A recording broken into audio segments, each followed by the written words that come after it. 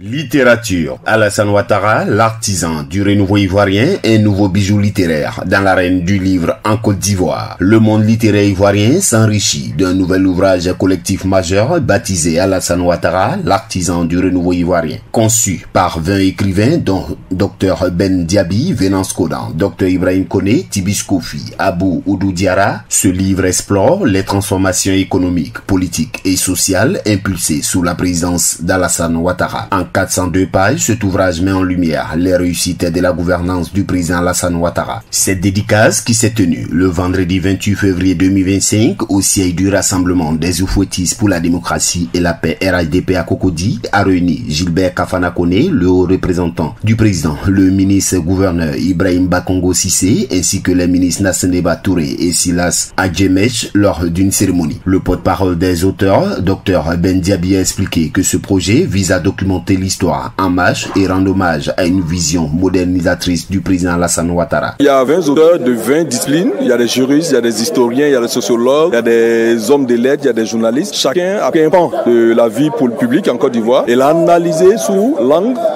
des performances réalisées par le président de la République. Donc il y a des thématiques sur l'économie, la politique internationale, la politique sociale, les droits de l'homme et les libertés individuelles en Côte d'Ivoire. C'est autant de livres, autant de questions, autant de débats, de thèmes que nous avons abordés. L'idée, c'est de rendre hommage au président de la République, mettre en valeur et en lumière ses œuvres. Voilà un peu l'objectif principal, c'est de lui rendre un vibrant hommage pour tout ce qu'il a fait pour la Côte d'Ivoire et tout ce qu'il continue de faire pour la Côte d'Ivoire. Venance Konan et Madame Touré, Djeneba Kolozinski ont mis en avant l'impact des réformes économiques et souligné les avancées dans l'éducation et la promotion du genre. Tous s'accordent à dire que ce livre constitue un témoignage clé du renouveau ivoirien. On les écoute. Je parlais de la lutte des femmes aux côtés du président. Parce que moi, j'ai connu une époque où il n'était pas facile de dire qu'on est du RDR, et surtout quand on était une femme. J'ai connu des femmes qui ont fait de la prison, qui ont été violées, qui ont été battues parce qu'elles supportaient le combat du président. Et aujourd'hui, de voir que le président ne les a pas oubliées. Il a fait de la question du genre une priorité. Nous avons eu la première femme ministre des Affaires étrangères sous Alassane Ouattara. Nous avons la première femme présidente du Sénat sous Alassane Ouattara. C'est important. C'est un peu, quelque part, le fruit de leur combat à ses côtés. Et moi, aujourd'hui, quand je vois ça, je me dis que tout est possible. Venance Konan, je suis l'un des auteurs de ce livre. Pour moi, ça a été un grand honneur de participer à cette aventure-là. Ça a été un honneur, mais aussi un devoir, parce que pour nous, intellectuels engagés, nous avons le devoir de témoigner de ce qu'est devenu la Côte d'Ivoire avec le président Alassane Ouattara. Mais expliquer que c'est Alassane Ouattara qui est